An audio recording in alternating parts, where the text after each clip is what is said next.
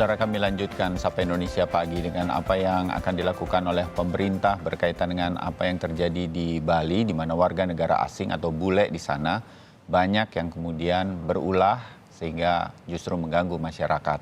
Nah, Gubernur Bali, Iwayan Koster, berjanji sudah akan mulai menindak tegas warga negara asing atau turis di Bali yang berulah. Sejumlah pelanggaran dari warga negara asing atau turis di Bali akhir-akhir ini memang sering ditemukan bahkan viral di media sosial. Di antaranya ada yang melebihi izin tinggal, berkonflik dengan warga sekitar, hingga ada juga masalah-masalah pelanggaran lalu lintas misalnya. Gubernur Bali, Iwayan Koster, mengatakan penindakan tegas kepada para WNA yang melanggar aturan di Bali perlu dilakukan. Iwayan Koster berharap kejadian seperti ini dapat menjadi peringatan kepada turis asing yang ingin berkunjung ke Bali.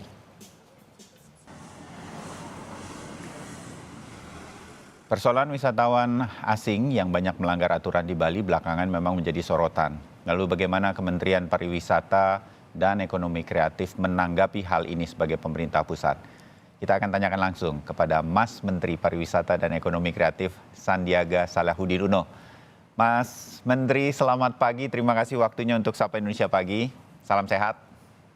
Salam sehat, selamat pagi Mas Bayu, dan terima kasih Ya, Kompas TV sudah mengundang kami untuk memberikan beberapa pernyataan, klarifikasi maupun juga penegasan bahwa Indonesia ini negara hukum. Tentunya kita harus berikan sanksi sesuai dalam koridor hukum. iya. Jadi apa yang Kementerian Pariwisata yang sudah berkoordinasi? Karena ini pusat juga sudah mendengar, saya yakin, dan ingin melakukan sesuatu, bekerja sama tentu dengan pemerintah provinsi terutama. Apa yang sudah dan akan terjadi di Bali, bahkan di seluruh kota, mungkin di kota-kota pariwisata di Indonesia yang kemudian juga akan mendapatkan aturan-aturan atau penegakan aturan yang akan dilakukan mengenai hal ini, Pak Menteri? Pertama, pariwisata dan juga ekonomi kreatif Indonesia ini sangat terbuka menerima wisatawan mancanegara. Ya, Kami istilahnya menggelar karpet merah karena saat pandemi kemarin tentunya kita sangat membutuhkan geliat ekonomi, membuka peluang usaha dan lapangan kerja. Tapi mereka tentunya begitu masuk di Indonesia berkegiatan harus mematuhi segala peraturan perundang-undangan dan norma kearifan sosial, adat istiadat di daerah di mana tempat mereka berkegiatan wisata. Kami akan ya, tindak tegas jika mereka kerap melanggar hukum, namun kami akan sosialisasikan juga do's and don'ts-nya. Bagaimana wisatawan ini berwisata dengan aman, nyaman, dan menyenangkan. Nah, mengenai Bali ini, Mas Bayu, seperti kita ketahui adalah destinasi wisata top of mind. Paling favorit, saya baru pulang dari Berlin kemarin, bahwa yang tetap menjadi pilihan utama dari warga Eropa dalam ya, ITB ini adalah Bali. Dan tentunya Bali ini menjadi paradise untuk pariwisata, tapi kita juga harus sampaikan bahwa pariwisata di Bali juga sudah mengarah ke pariwisata yang berkualitas dan berkelanjutan. Kami dengan pemerintah daerah akan menciptakan iklim yang kondusif agar perkembangan kepulihan pariwisata kita ini juga kita kawal momentumnya untuk memfasilitasi dan memberi kepastian hukum kepada justru wisatawan yang mayoritas ini yang berkualitas. Hanya ya. segelintir saja ini yang betul-betul nilai setitik merusak susu sebelanga, karena ulah turis asing yang merugikan ini berpotensi mematikan minat turis yang kita ingin sasar justru. Jadi Ya. kita tidak boleh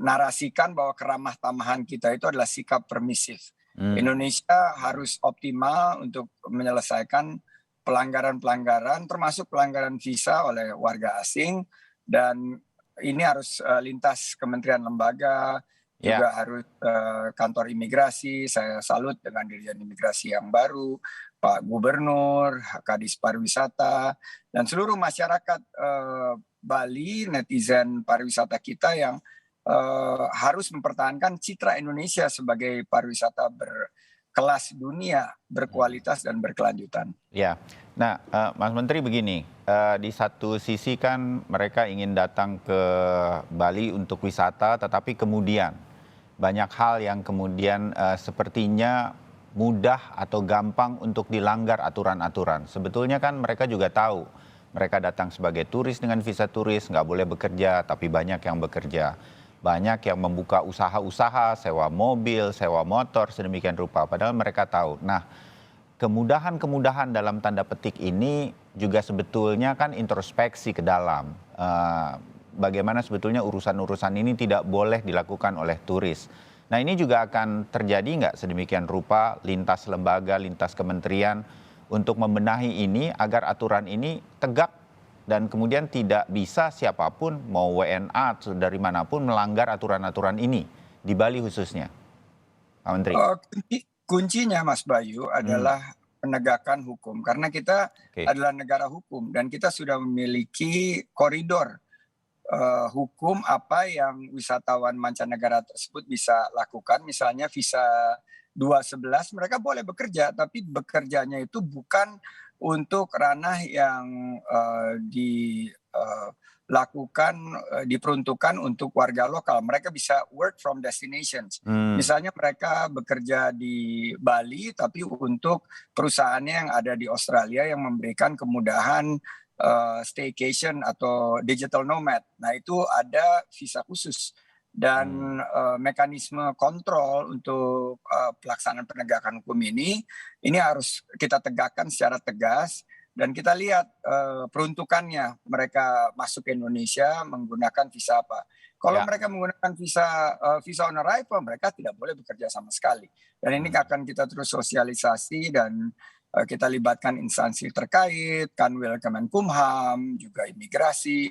Kami sudah membentuk Satgas dengan Pemda, dan kami sudah menyampaikan hotline, untuk, termasuk juga para netizen untuk melaporkan nih, seandainya ada pelanggaran wisatawan mancanegara, jadi kita tidak akan ragu untuk menindak tegas.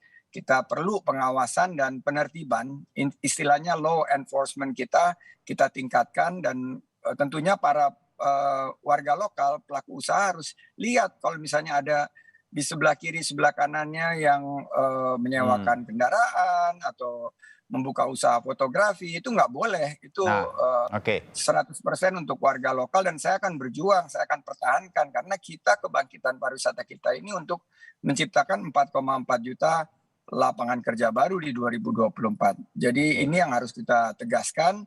SK Satgas yang diterbitkan Pemprov Bali melibatkan lintas kementerian lembaga ini juga untuk penanganan situasi keamanan dan ketertiban masyarakat di Provinsi Bali dan dalam konteks kegiatan WNA kita. Jadi ini terus kami koordinasikan dan terima kasih juga nih Kompas TV yang selalu memberitakan situasi terkini dan kita akan sosialisasi lebih gencar lagi. Kita nggak melarang aktivitas digital nomads karena itu memang sudah difasilitasi, malah kita akan ada golden visa yang akan diterbitkan sebagai bagian dari second home visa, tapi itu spesifik untuk para talenta-talenta digital untuk berinvestasi dan menciptakan lapangan kerja, bukan mengambil lapangan kerja yang diperuntukkan untuk masyarakat lokal, terutama masyarakat Bali. Tentunya ini harus kita perhatikan dan Wisman yang nakal terbukti melakukan pelanggaran terhadap aturan yang berlaku, kita harus tindak tegas sampai kalau perlu dideportasi dan di blacklist. Ya, mudah-mudahan mewakili masyarakat Bali ini bisa kita kawal bersama sedemikian rupa sehingga dengan demikian tidak mengganggu warga di sana. Oke, kita harapkan ini berjalan. Beberapa saat yang lalu Timothy Marbun rekan saya juga berbincang dengan Pak Azril Azari, Mas Menteri, dari Ikatan Cendekiawan Pariwisata Indonesia juga membahas mengenai WNA di Bali yang banyak melanggar aturan. Salah satunya diharapkan, saya juga tadi sempat disebut oleh Mas Menteri adalah kita akan mulai mengutamakan kualitas para turis dibanding dengan kuantitas begitu. Sementara kan kita selama ini memang ya setelah masa pandemi tentu kita berharap kuantitas atau banyaknya wisatawan asing. Tapi tampaknya sekarang dengan apa yang menjadi momentum di Bali ini, kualitas dari para turis yang berdatangan ke Indonesia, terutama di Bali, juga akan menjadi perhatian.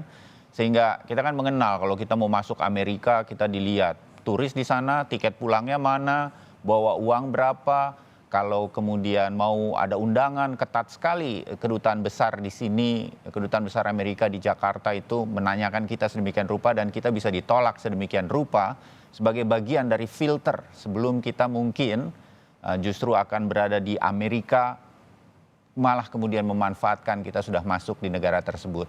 Nah, hal-hal semacam ini juga akan menjadi momentum, Mas Menteri? Ya, tentunya kita lihat ya, Ya, bahwa ketegasan dari pemerintah negara lain ya, Mas Bayu menyebut Amerika, sebagai demikian misal juga ya, Uni Eropa, tidak menyurutkan kunjungan wisatawan yang berkualitas, malah betul. semakin berbondong-bondong. Eropa ini sudah balik ke angka pre-COVID number. Jadi sebelum pandemi COVID mereka sudah melewati sekarang, walaupun penuh dengan ketegasan, malah mereka memberikan insentif dalam koridor ketegasan mereka.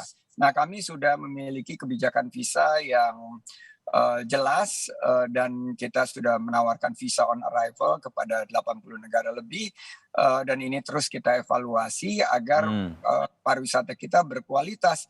Yang datang ke sini itu yang tinggalnya lebih lama, yang spendingnya lebih banyak untuk ekonomi lokal, yang mendatangkan juga geliat ekonomi bagi masyarakat untuk membuka peluang usaha dan lapangan kerja. Pariwisata ini menciptakan lebih dari 22 juta lapangan kerja, dan dengan ekonomi Ya, kreatif total 45 juta lapangan kerja. Ini yang sangat dibutuhkan untuk ekonomi kita bergerak. Jadi narasi kita harus tetap positif bahwa kita sangat menggelar karpet merah untuk wisatawan, tapi tentunya dalam koridor hukum, dalam menuju seperti yang Prof. Azril sampaikan, hmm, sebagai pariwisata yang berkualitas dan berkelanjutan, sehingga mereka ini tidak dihitung hanya jumlah banyaknya, tapi bagaimana mereka berdampak kepada ekonomi Indonesia secara keseluruhan, dan memiliki dorongan untuk mereka memberikan peluang usaha dan lapangan kerja, sehingga pariwisata itu tentunya sifatnya regeneratif, hmm, yaitu pariwisata yang menambah nilai dan mensejahterakan rakyat Indonesia. ya. Terakhir, Mas Menteri, upaya kita untuk membenahi warga negara asing yang banyak berulah begitu dalam tanda petik, kita membutuhkan penegakan aturan dan ada ujungnya. Kemungkinan ada sanksi-sanksi bagi mereka yang melanggar, dan bukan tidak mungkin ini cukup banyak nanti jumlahnya. Apakah ini kemudian tidak mengkhawatirkan bagi Kementerian Pariwisata, atau ini akan menjadi sesuatu yang baru ke depan, sehingga dengan demikian orang yang mau masuk ke Indonesia tahu mereka harus menghormati apa yang harus terjadi di Indonesia, hukumnya, adat istiadatnya, sehingga ini menjadi juga pelajaran bagi mereka untuk tetap berada dalam koridor yang seharusnya ketika mereka berada di negara kita Indonesia. Mas Menteri.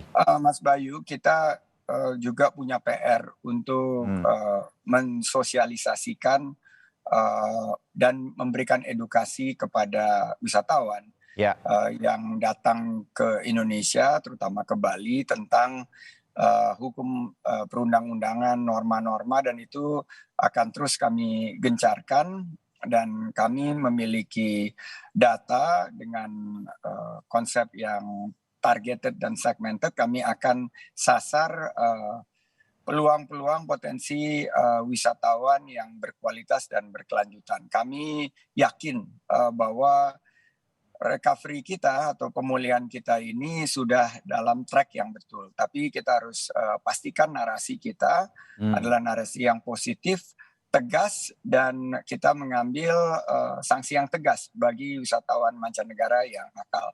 Tapi perlu kita yakini, karena dari total 5,5 juta yang datang tahun lalu itu, yang ya, tahun ini kan 7,4 juta, sebagian besar, mungkin 99,9% itu adalah wisatawan yang baik, yang berkualitas. hmm, Jangan yang 0,1% ini yang berulah, justru nanti mengubah citra pariwisata kita. Jadi perlu kita tindak tegas, dan saya yakin kalau kita tindak tegas bukannya mengurungkan niat masyarakat pariwisata dunia untuk berkunjung ke Indonesia, tapi justru semakin meningkatkan citra dan kualitas wisata di Indonesia, terutama di Bali yang menjadi tetap daya tarik utama dari wisatawan mancanegara ke Indonesia.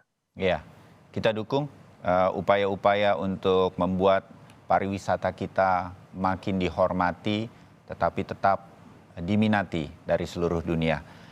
Sandiaga Salahuddin Uno, Menteri Pariwisata dan Ekonomi Kreatif, terima kasih untuk waktunya pagi ini. Kita bertemu lagi di obrolan yang lain. Selamat pagi, salam sehat. Selamat pagi Mas Bayu, salam sehat. Terima kasih Kompas TV.